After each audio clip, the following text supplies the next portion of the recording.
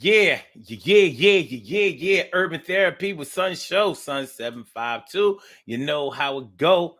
And today, on this Saturday, on the Urban Therapy with Sun Show, we are talking about the longest time that you have ever been down.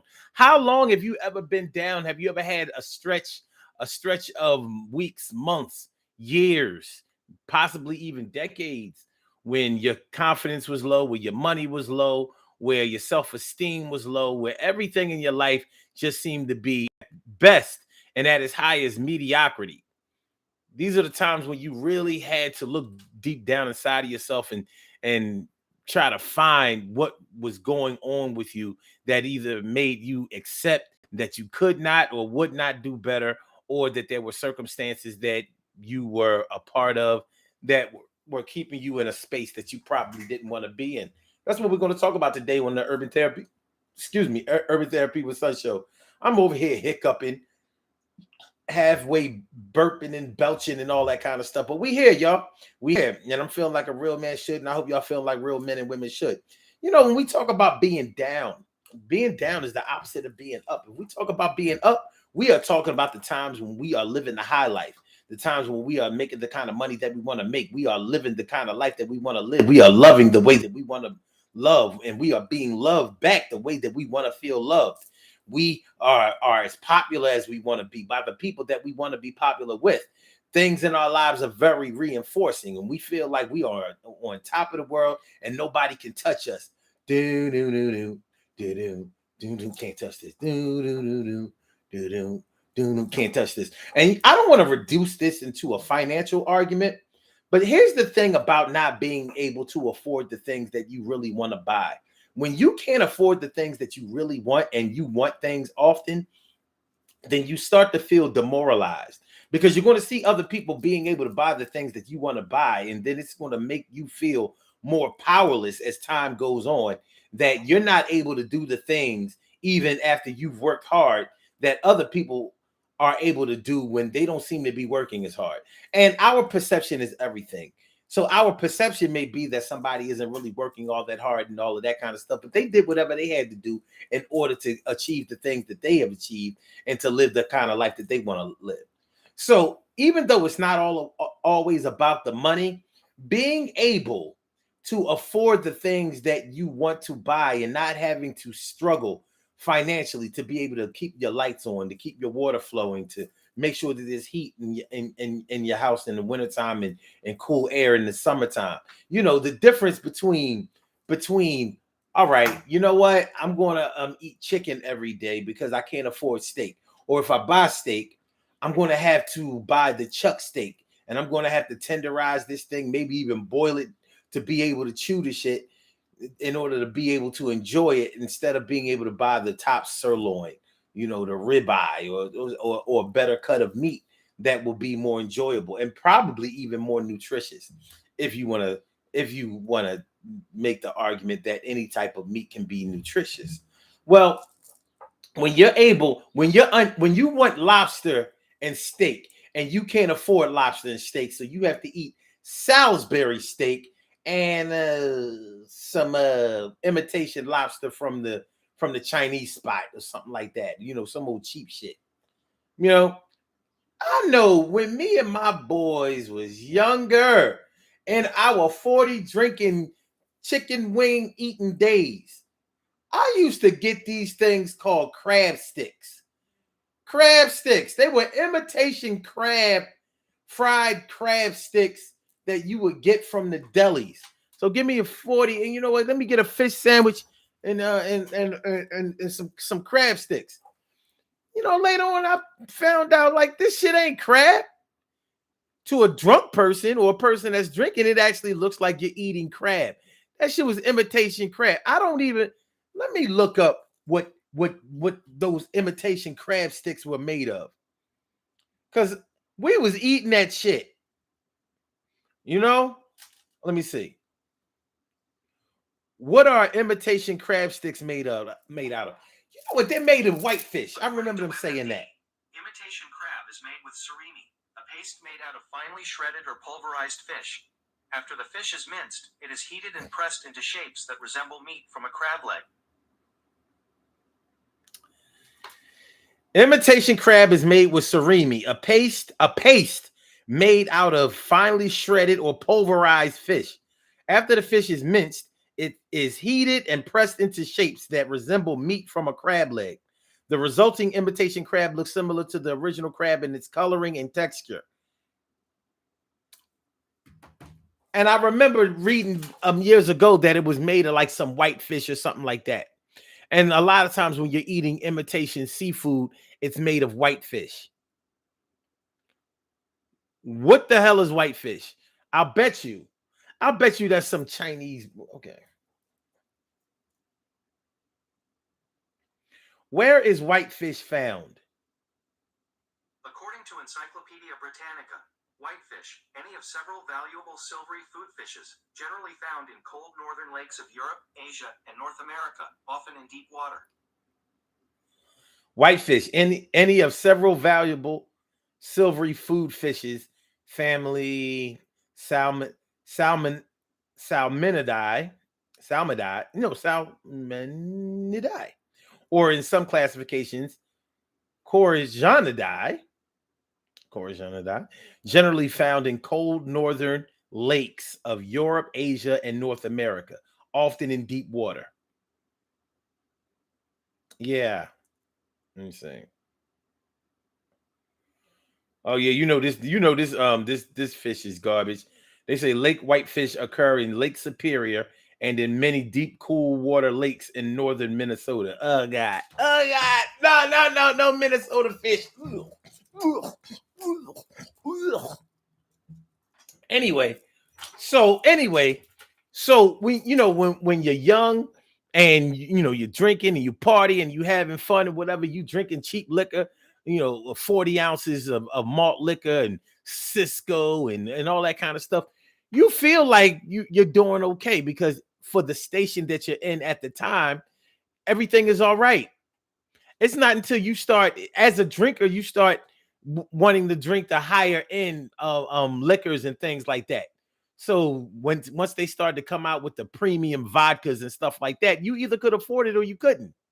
Now you could still get drunk either way, but when we're talking about the longest time that you've ever been down, and if we're talking about the definition of what being down is, and if we tie it to our finances, and once again, I'm not saying that being financially down means it will starts to affect everything else, but it can in some cases, because not being able to afford things that you want, not just for yourself but for your family, your children, and things like that, it can start to really get you down.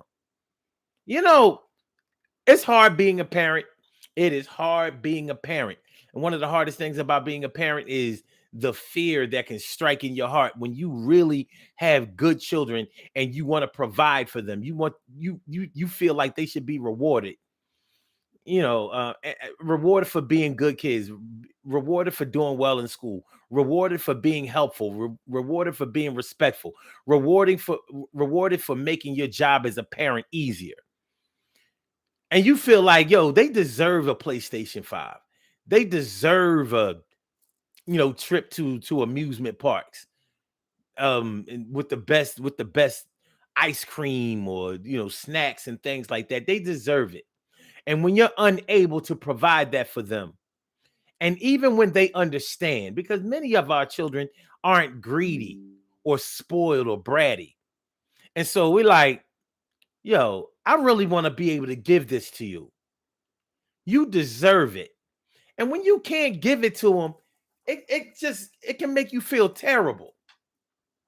And don't let it be the case where you are in a bitter breakup or divorce with a spouse, an ex-spouse or an ex-love or child's father of yours, mother of yours, that is doing well financially, so they're able to provide for the child what you would love to be able to provide. So they're able to, even though your child may not love the other parent any more than you wish that you could do what they're doing, because they may be deficient in the love and the affection and the educating and the rearing and raising part. They may be deficient in that part, but they can come through with those gifts. They can make a Christmas. They can make a birthday. They can make a gathering. They can make a vacation. They can do the things that you wish you could do, but you can't. And it can be worse when you physically can't, which means that you financially can't. Like, you can't work the job that you had anymore because you had a bad injury or you got sick. You contracted some type of illness that stopped you from being able to work. So now you're on limited disability, short-term disability or something like that, where you're only making 60% of the salary that you would have made before. And now you are struggling just to keep the household afloat. Maybe you may even have to start considering moving to a different place where you can afford it a little bit more, but you definitely are not able to make the Christmases and the birthdays the way that you would like to be able to do, like you could when you had the money. So you're down, you're feeling down. Like, my kids don't deserve this. They deserve better. So I can understand, you willing to get your hustle on, but you don't have the energy. You just don't have the physical ability to get out there and make it happen. And the job or human services, they jerking you. They trying to tell you that you ain't as sick as you say you are, or that they can't really help you because you made too much money before and now you ain't got it. How long does this process go on before you stop believing in yourself, stop believing in others, and start feeling like people are just pandering to you to try to make you feel good? You a strong person, you a proud person, you are a leader, and you're feeling like, not only have I been shot, hurt, left for dead, but my recovery and my comeback is taking too long, and I don't think I'm gonna be able to get back to what I was. And if I'm not able to get back to what I was, I definitely can't do any better than that. So this might be my station in life. That's what being down for too long can mean. So what's the longest time that you've ever felt or experienced anything like that? Because it's tough, man. It's tough. And that's what we're going to talk about today on the Urban Therapy with Sun Show. So let's get it popping. Urban Therapy with Sun 752, and this is the Urban Therapy with Sun Show. We do this every single Saturday from 1 p.m. till around 2:30-ish. And the reason that we say 2:30-ish is because sometimes it gets so heated that we just have to do a little OT on a Saturday. And it is Saturday. This is the day where adults come out and play with other adults. We laugh, we cry, we argue, fuss, and fight, bust it up with each other. I mean, go back and forth with each other, bust it up all crazy. We take an introspective look into our own personality to see the way that the universe projects us into this thing called the world, and try to figure out this thing called life. I am your host, Sun 752, aka Omar with the. And if you can't say Omar with the, well, then you just say Omar with the R. This is how it's going down. This is what it is. So we're talking about the longest time you have ever been down. What's the longest time? What y'all know? T. Carey, right? Thanks for coming on through. I appreciate me some YOU. No, it looks like you have something that you want to talk about. Let's see. My sound is messed up? Or we good? We good? Okay, I guess we good now. We might have been messed up before, but we good now. All right. TK Wright says, nah, let's talk about it. Finances play a part. They definitely can. I'm not saying that you have to be rich, but shit, man, you should be able to buy a gallon of ice cream, half a gallon of ice cream when you want it. Shouldn't you? Shouldn't you be able to get the leather seats instead of the cloth seats if you want the leather seats? Shouldn't you? Huh? I mean, I guess you could say, listen, you should just be happy that you can afford a car. You're right. But if you want the leather, you want the leather. And I know what it's like to get the cloth when you want the leather. Because every car you see, and you're going to see, you know how when you buy a car, you see a million other cars. a million other people with the cars just like yours, and you gonna be finding yourself looking into cars while you walking down the street or while you're driving, and you see cars like yours. You gonna be looking in their cars. You're like, yo, they got the leather inside they shit. I would have got the leather too if I could afford the leather, but that shit was another couple of $1,000, and I ain't have it. That ain't a good look. It's not a good feeling. TK Wright says some people say that money doesn't buy happiness, but it sure can buy comfortability. I have no argument against that. You can be comfortable without being unhappy. You know what I mean? Being able to sit up in the jacuzzi for a little while, do a staycation, be able to go on vacations, be able to get away, even be able to afford a membership to a massage parlor where you can, get a hot stone massage, all those shit. It helps. You need to get your nails done. You can't afford to get your nails done. It helps to be able to afford to be pampered.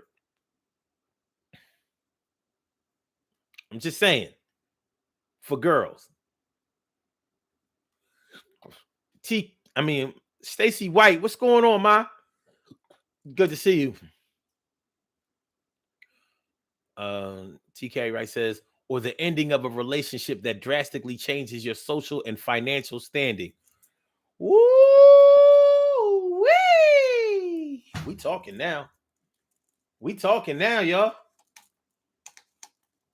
So when you and your girl or your man were together, when you and your spouse were together, a major part of your social life was tied into you and her or him being together. So y'all could afford to be a member of social clubs, country clubs. You dealing with people, with professionals, doctors, lawyers, business people, entrepreneurs, people that are out there getting it, doing what they got to do, making an impact out here.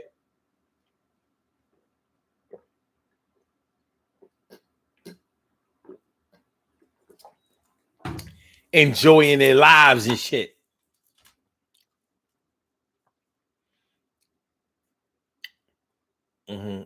TK Wright also says not being able to provide for yourself or your children, and now you have to move back in with your parent or family member.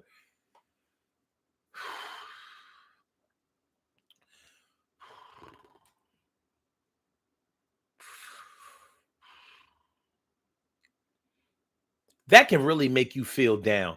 Having to move back in with your family member and you got kids. So you become a burden, a financial burden as a package. Now, of course, people going to say, they're going to try to comfort you. They'll be like, it's not like that. Everybody goes through hardships or whatever. You got a lot going on. That's why people are willing to help you and all of that. And all of that encouragement may be truthful and it's great. It's great to have those support systems, and you'll do a lot better with the support than without it. However, that's only going to pacify you for a hot second. It's not going to pacify you or make you feel any better about your condition night after night, week after week, month after month. Because at the end of the day, you're tired of being cooped up with yours as well. It's like, it's like a stray cat having a litter of cats, and they bring their litter over to your backyard or your front yard because they know that you've been feeding that cat. So they figure, look, you can feed the rest of these too. Help me out. That's how you feeling. You have to go looking for somebody to help you raise and provide for your family. It's demoralizing. And you're going to fear that somebody is going to throw that back up in your face one day. Oh yeah, when you ain't had nowhere to take your kids, when you was homeless out here, when you ain't had shit, when you ain't had nothing but a fucking book of food stamps, I took your bum ass in. and took care of your kids and all that shit. Where they broke up my whole house. That's the reason my house don't have no doorknobs on none of the doors, or they don't have no doors on none of the doorways. Put holes in the window in the walls and all that old shit. That's the reason I got my cable remote taped up to keep the batteries in. Yeah, I know. 10 years later, you ain't got no excuse for having the same remote. That's not the point though. They used to lose the backs to all the goddamn remotes in the house. I couldn't operate nothing without holding the back of the remote. The DVD player was missing the damn, the stereo, the receiver. That's missing the backs to that shit. We had to tape that up. The cable, the TV, the VCR, the DVD, everything, even the damn fan and the air conditioner. What do your kids do with the backs of remotes? I know them little bad motherfuckers was just taking the backs of the backs of all of the remotes to be funny, but that wasn't funny. But nonetheless, I love your kids and I love you too. But don't forget where you came from. I'm gonna tell you right. I'm gonna tell y'all something right now. You fuck up the remotes in my house, I'm kicking you out. You hear me? You hear me? If I gotta tape up the back of a remote,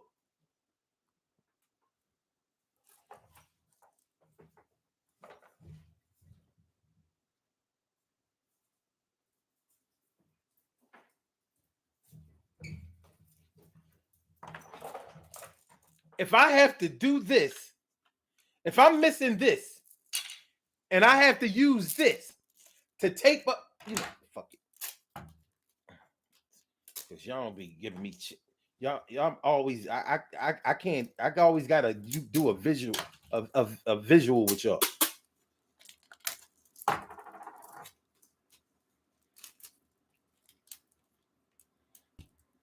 I better get a better piece.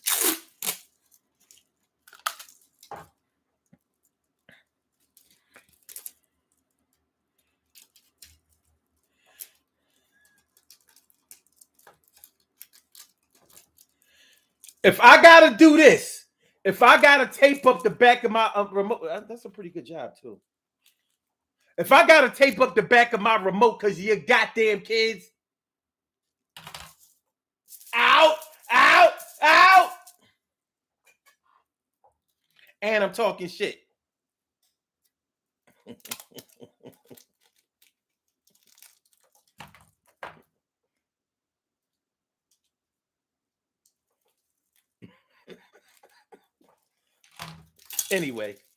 Anyway, goddamn. Yeah. You be afraid that somebody is gonna throw what they did for you or how they helped you back up in your face and whatever. And when this goes on for months and weeks, weeks and months and years, it's just not a good look. Oh shit. I taped up the remote and messed around and turned the TV on. God damn it. Damn, this is the signal on this. See what your kids made me do. Now I gotta cut the tape off.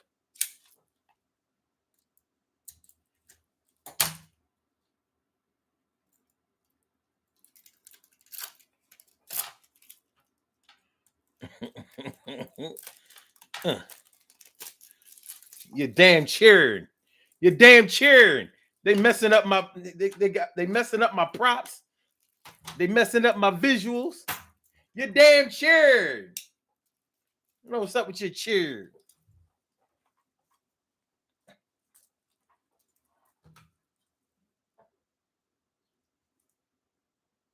Okay.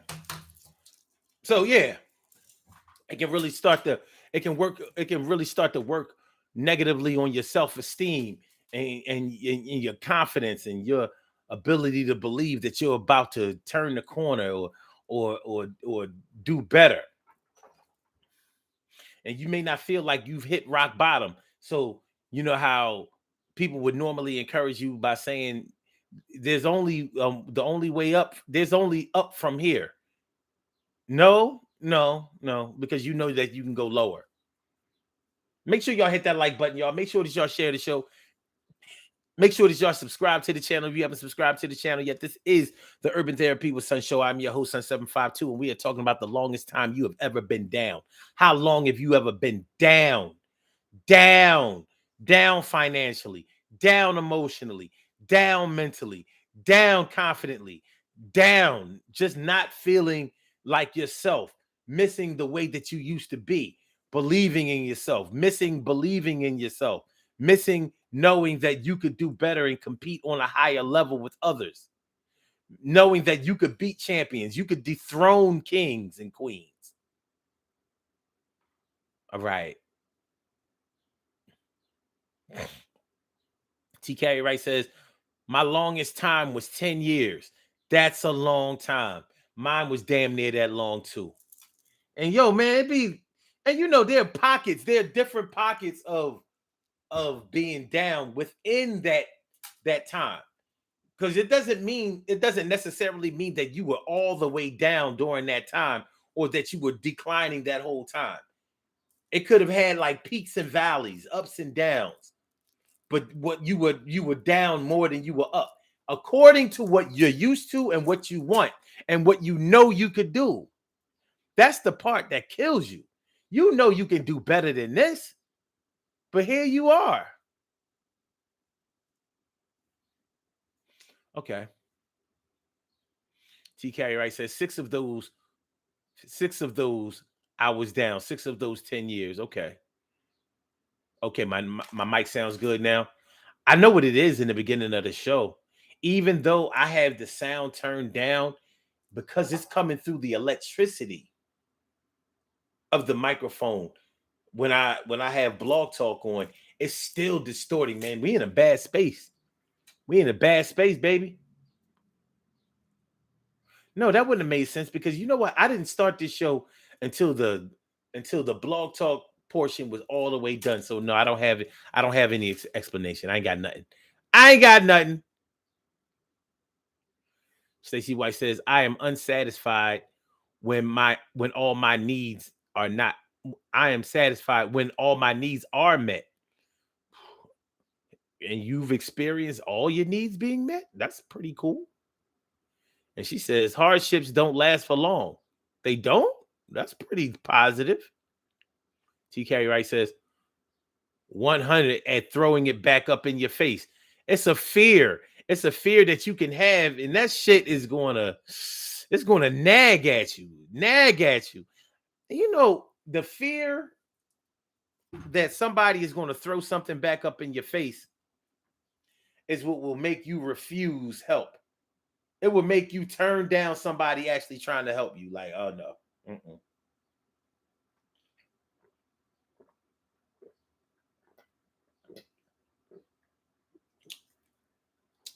Because fearing that somebody will throw something back up in your face is actually tied into not being able to trust somebody. If you trust that somebody is really in your corner, you're not going to have to worry about them throwing anything back up in your face. You won't have to worry about that. But when you know that some people only help you so that they can throw it back up in your face, or so they can tell everybody what they did for you, yeah, you're going to be stressed out about that. Like, nah, they offered me $1 million, but I ain't taking it.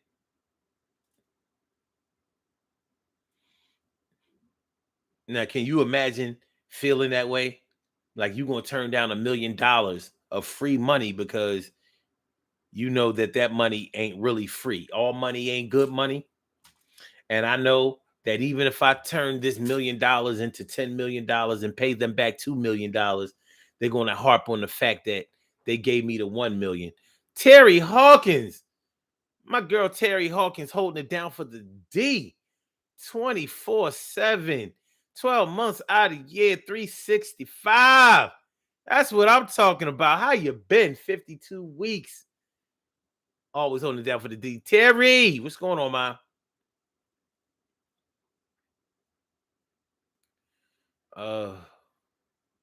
Stacey White says, I tried to pay my way because I do not want nobody throwing nothing in my face. Word. That's right. That's right. If your kids break all of the doors, got all my doors hanging off the hinges, and they done messed up all my my doorknobs, I'm kicking y'all out, man. I'm not doing this. I'm not replacing them. I'm not gonna have to be lifting up my doors in order to close my doors, then having to lift it to open the door. You gotta lift it to close it, lift it to open it, lift it to close. I'm not gonna be jiggling keys in order for the door to lock. It's not supposed to do that. You're supposed to be able to stick the key into the keyhole and turn the lock and have it locked. You're not supposed to have to jiggle the lock, play with the lock. Shout out to everybody who has a lock in their house somewhere on some door where they have to play with the lock. They got to play with the lock. That might as well be a combination if we got to play with it. They got to play. That ain't cool. And it's because of your kids. Your badass monkey kids. Always swinging from something, jumping from something. There's no reason I should have handprints and footprints on my ceiling. Why? Why do I have footprints and handprints on my ceiling? What we doing? What we doing? What I'm doing?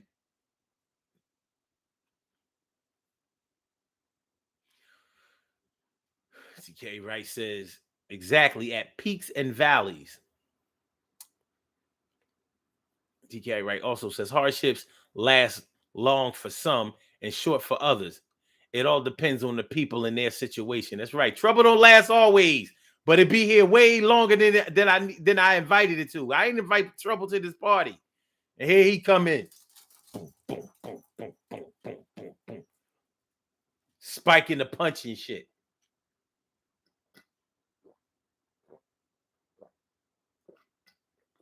Stinking up the bathrooms and shit. Staying in the bathroom too long. People, there's a line outside of the bathroom at this little get together at the crib. Bring your ass out here. That's trouble in there. Stinking it up. You know what I mean? People out here drinking alcohol. You know they got to get in there and pee. Okay. And TK Wright says, regardless of how long a person can be in a dark place during that time. Oh no, regardless of how long a person can be in a dark place during that time. True. Stacey White says, I'm the one who got to watch out for when it comes to the remote controls.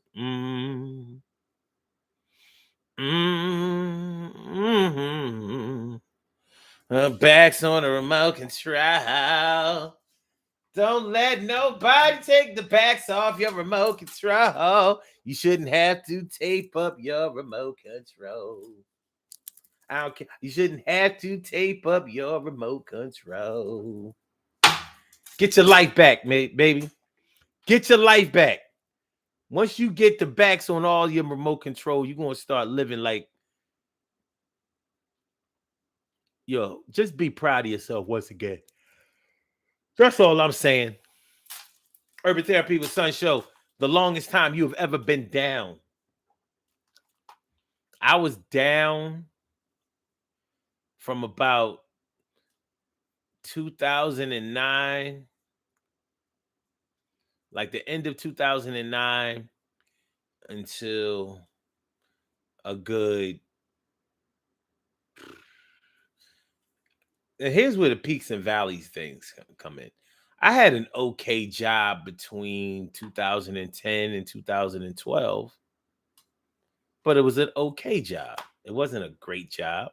And because I had to travel far to get to the job, I spent too much money on tolls and and gas and stuff like that. So a decent salary that I could make with overtime and stuff like that took a major hit.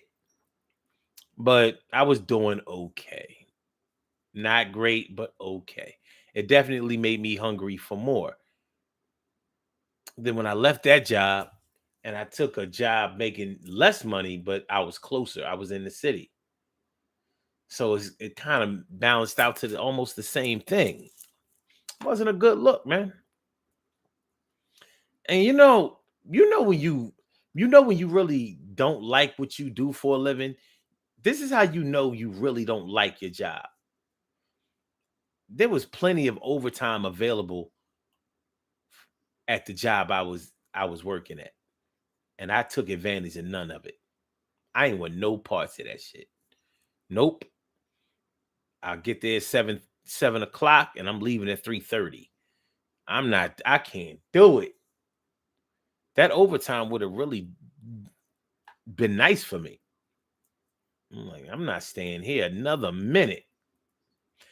And so financially, working at that job for almost 5 years,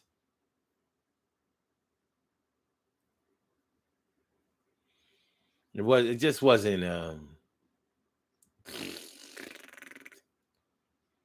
it was 4 years. It wasn't almost 5 years. It was 4 years. But I'd had more than enough. Like, get this out of here. Stacey White says, imagine having an accident that you didn't intend to have. That's what an accident is. Nobody intends to have an accident. That's why it's an accident. It ain't on purpose. But an accident can lead to you not being able to work. It can lead to people having to take care of you. It can lead to long bouts of rehabilitation. And when it comes to rehabilitation, the journey to try to restore your body to pre-existing condition, and your pre-existing condition might not have been all that, but trying to get just back to that, just trying to get back to the regular aches and pains and bruises and bumps and contusions and hurts.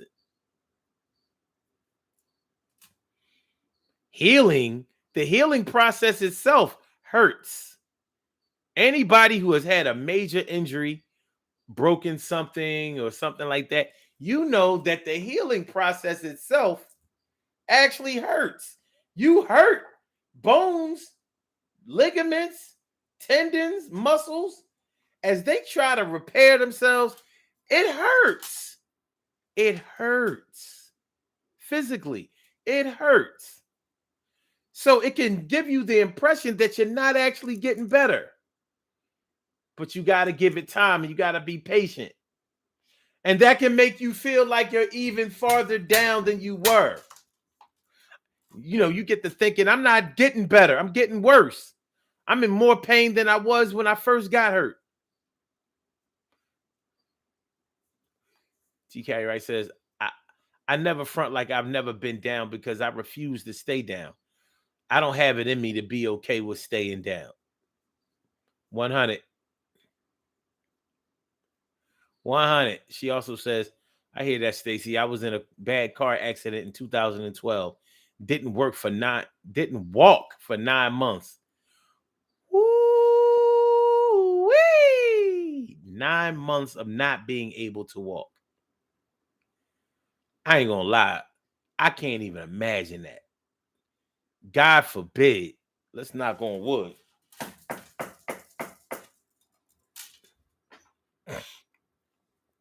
Stacey White says, man, you make me want to go to devil up.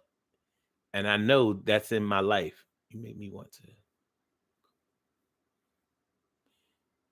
go to beat the devil up, maybe. I don't know. But yeah, man, it's tough. We're talking about the longest time you've ever been down. Make sure y'all hit that like button, y'all. Make sure that y'all share the show. Make sure that y'all subscribe to the channel yet. Look, we only got a few people in here. We should at least have the equal amount of likes. You know what I'm saying? So, Help me out. Do me a sizzle, please, please. Yeah. When we talk about being down, when you're down, it can lead to depression, and some people are down for years, even decades, battling clinical depression, battling their own personal demons. And even though people may try to help them, encourage them, try to help them along, try to get them back to the type of person that they know that they can be, you have to help yourself when it comes to being depressed.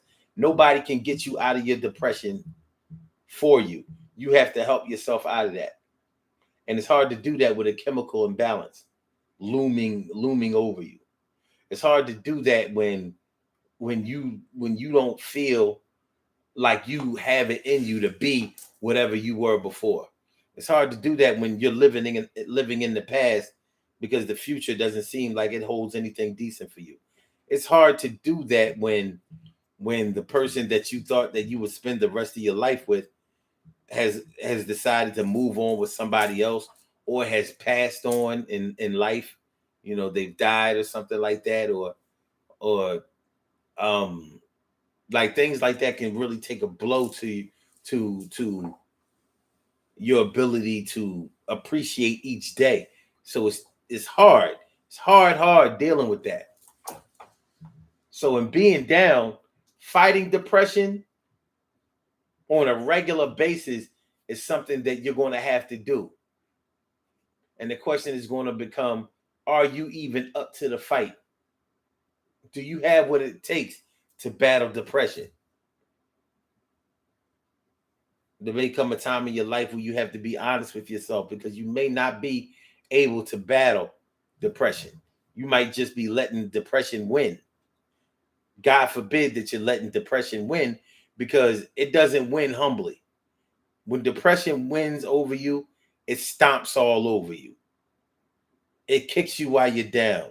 It puts its foot on your, it sort of puts its foot on your chest and raises its hands in victory. Like ha ha ha, ha ha ha, yeah.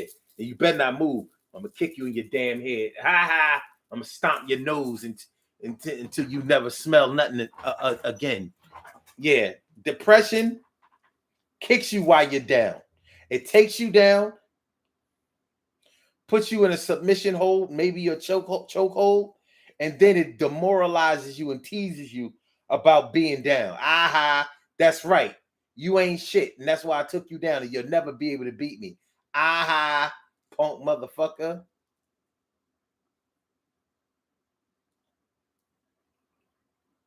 No, I'm talking about. No, I'm talking about. Stacey White says, gaining your independence back. The devil did not win this fight. I hear that. Darkness don't have my mental. I am a walking miracle. That's what's up. Yeah. If you were down, you wouldn't be able to talk like that, because when people are down, they don't talk like that. They talk more like, I hope something helps me out of this. I hope I win the lottery, because they don't think that they can make the money on their own. Like when my ship comes in, what does that even mean? Ain't no ship coming in to like to make sure that just because you are a nice person, you gonna get this money. Ain't no ship coming in. You better go out there in the water and find yourself a ship. Build yourself a ship. You know what I mean? I don't care. You build yourself an ark. If Noah can build an ark, you can build one too.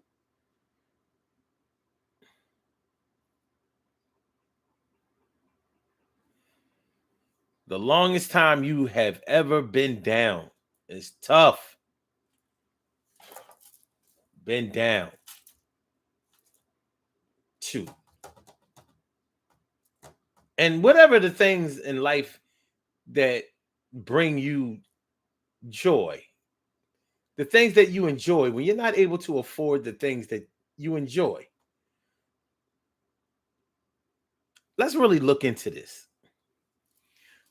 I want y'all to understand what this is about.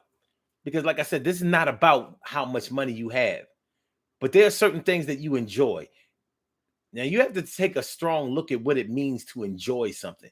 Liking something is one thing, enjoying something is an experience. I can like a person that I've never met. I like him. I like her. They seem like they're cool. They seem like they stand for something. But when you enjoy being with somebody, enjoy talking to somebody, enjoy being around with somebody, enjoy the experience of knowing somebody, it's different. So maybe I like Denzel Washington, Angela Bassett, some other actors. But I might really enjoy watching them work and act in movies or singing or performing. Like I really enjoy going to their concerts. It's different. So when you are able, when you are unable to afford the things that you enjoy, like I really want to go to the Weekend's concert. When the Weekend comes by, I really want to go to his concert because I like his music and I like the way he performs. He puts on a really good show. This is just an example. And then when the Weekend comes to my town, I can't afford a ticket to go see the Weekend.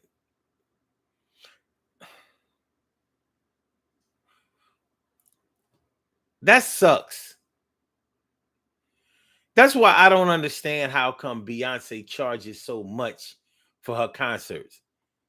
Because you are freezing out a large segment of people who are your biggest fans because they can't come out to support you and they really enjoy listening to you and watching you perform. But you've priced them out of that enjoyment because they're down right now. You understand what I'm saying? So if you enjoy going to concerts, but you can't afford to go to concerts, you enjoy going on vacation and meeting new people and seeing new things, and you like to stay in a hotel and just relax and not have to worry about people that clogging up your space for a little while, but you can't afford it. Shout out to all my people out there that need to get away from their family and their friends and their loved ones and their haters. So sometimes on some days or some weekends, they just rent out a hotel room or a motel room in a local hotel or motel just to get away. Like, what you doing this weekend? No, I'm going away for a little while. They ain't going nowhere but downtown. They ain't going nowhere but out in the county. They ain't going nowhere but somewhere where nobody knows where they are, and they're going to be uninterrupted. Maybe they might invite somebody to the room with them. Maybe they may not. Maybe they just need to decompress, just to breathe, like just to be able to watch TV, um, um, go on social media, and do something uninterrupted. Because part of being down is not being able to afford or not being able to enjoy the things that you enjoy. My girl or my boyfriend don't like me on social media. I like being on social media. I like posting pictures, I like to make videos, or I like to read people's posts. I like to laugh. I enjoy social media. But he thinks or she thinks that I'm just looking for somebody to be with on social media, and I'm not. But out of respect for them, I'm not going to be on social media. Well, you might need to get away from them for a little while. So, yeah, you told them that you was going to go take care of your sick aunt, and you just went and got a room at the extended stay.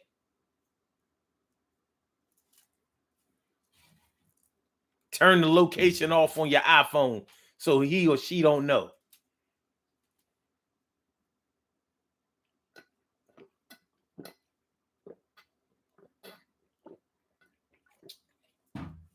So being down alone is bad, but being down with somebody else, especially if that person does not even feel like y'all are down. You're down, but you're down alone because this person that you're with or these people that you're around, they don't accept y'all condition as being down. So it's like being in the projects. It's like being in the projects. And because some people work who live in the projects and some people wear gold or have a car or can drink the liquor or smoke the best weed or whatever, they've accepted their position or condition in the projects. And you like, man, we got to get the fuck out of these projects.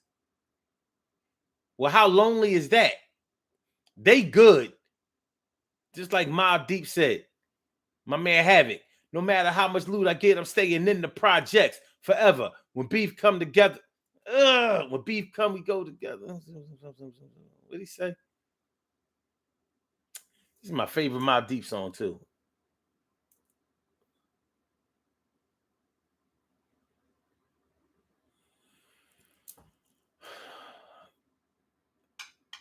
When the dough go, the jewels go, but never that. As long as fiends smoke crack, I'ma be back hustling, counting my stacks. I don't know, man. Havoc was a better rapper than Prodigy was. He just was. He even wrote rhymes for Prodigy. But rest in peace, Prodigy. Man, Havoc used to be dropping that shit.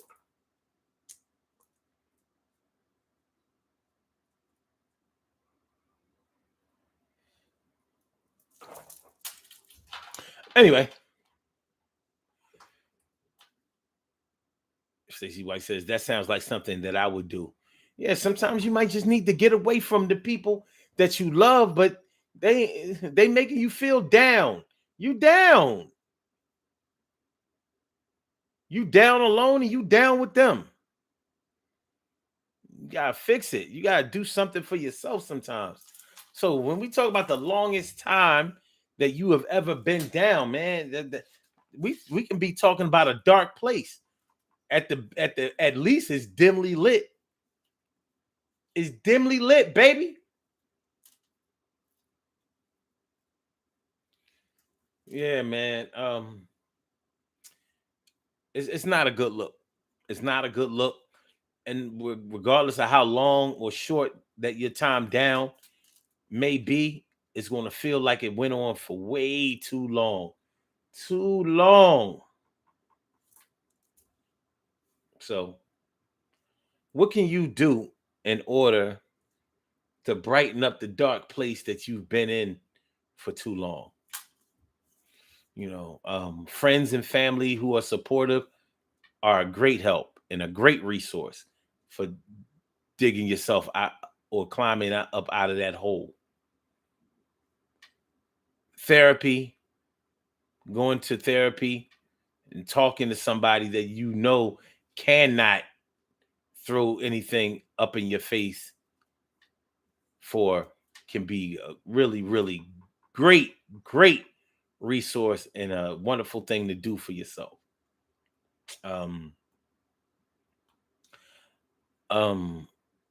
Diet and exercise play a large role that people don't seem to understand. Most people think that diet and exercise is just for the way that you look. You want to make sure that you don't get too fat or too weak or whatever. And it does help to prevent those things. But the best thing about diet and exercise, when done correctly, is that it helps your mind to remain positive. It's supposed to open up pathways in your mind that give you more options. And options in your mind are ideas, and ideas give you ways to escape feeling like wherever you are in life, if you're low, that it gives you ways to escape that. It gives you options and ideas about ways that you can escape your present condition, your present negative condition. And that's what education is about. And education helps too. So diet and exercise. When I let me finish up that thought.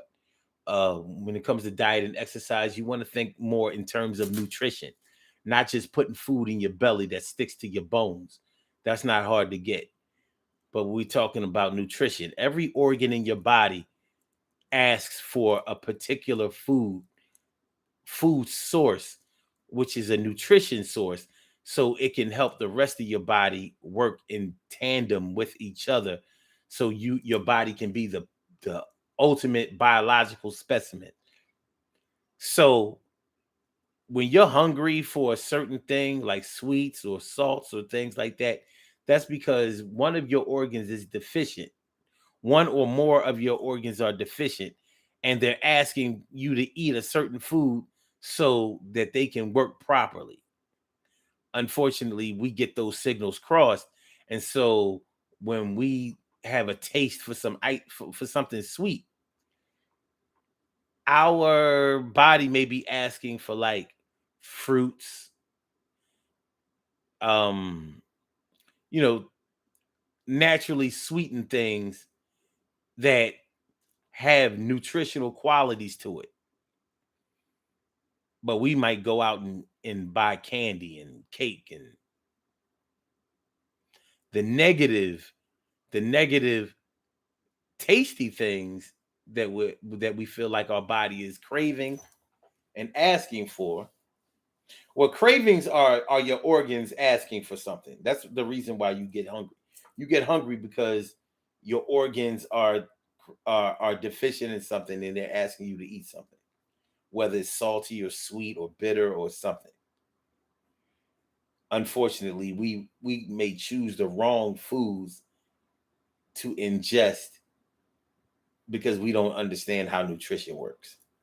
So once you understand how nutrition works, then you can go about making better decisions on what to put inside of your body, and it will work better. And it's one of those ways that you can get out of that down place, that dark place that you've been in for a long time. Education. Education gives you more than enough options about how to handle any present situation that you're in. One of the reasons why poor people are tied to lack of education is because when you are when you haven't been schooled properly, when you have not been educated, it kind of reduces you to the type of instincts that an animal might have for survival, because you don't know about other ways, creative ways, positive ways, and constructive ways to be able to prolong your survival. You'll go to stealing, violence, and maybe even murder in order to try to get the things that you want, because you don't know better ways. Nobody has taught you, showed you, educated you on the other things that you could do in order to get the things that you want. So if you eat right, exercise some, read more, learn more, surround yourself with other people who will not only encourage you, but they will inspire you, then you can get yourself up out of a dark place that you have been in way faster than you may have ever thought so before. We're about to get on up out of here. Yes, we're about to get on up out of here. It's been a pleasure for me, even though we were small. You know how we be, and I want to thank you for coming on through. I appreciate all of you. I do. We get couple of more shares in here. Couple of more shares in here, and we'll be good, my dear. Yeah, yeah, yeah, yeah, yeah, yeah, yeah. Hold on.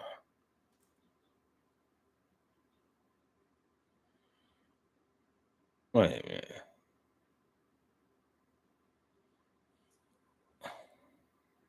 a minute. Okay. So we have some shout outs to do. Some people were born on this glorious, glorious, glorious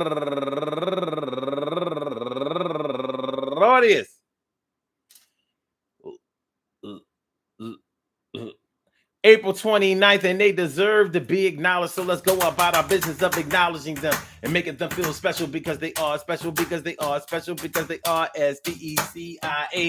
They get the RESPECT. They are SPECIAL. They get the RESPECT. They are SPECIAL. They get the RESPECT. They get number one out the box.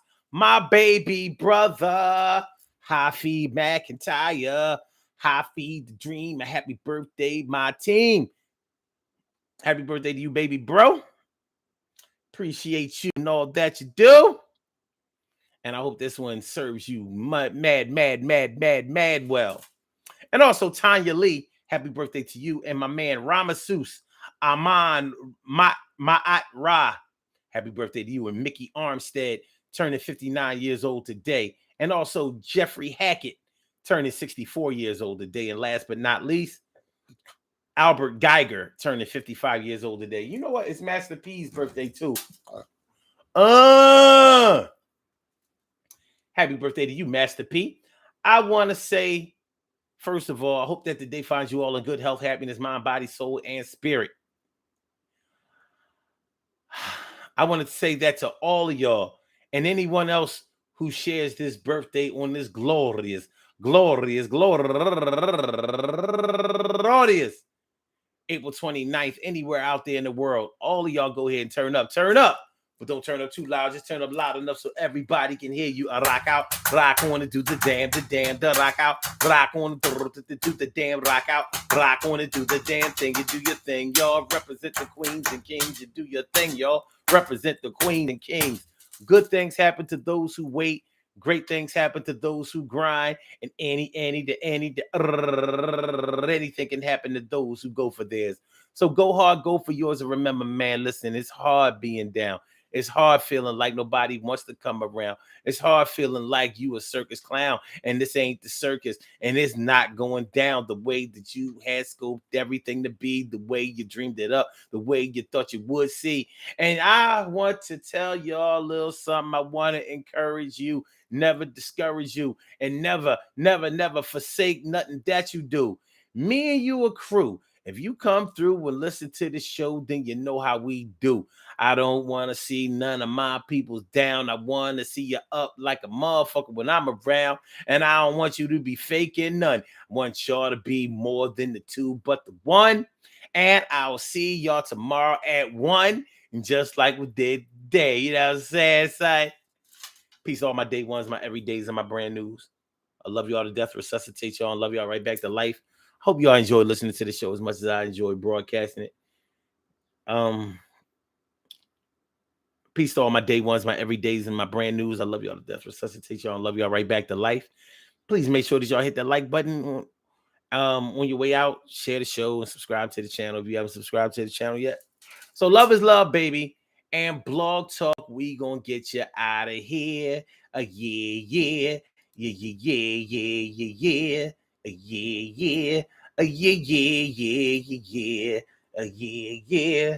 And you know what? And for my YouTubers, you know just how we do, but thanks for coming on through. See you on the other side, my boobers. See you on the other side, my boobers. See you on the other side, my boobers.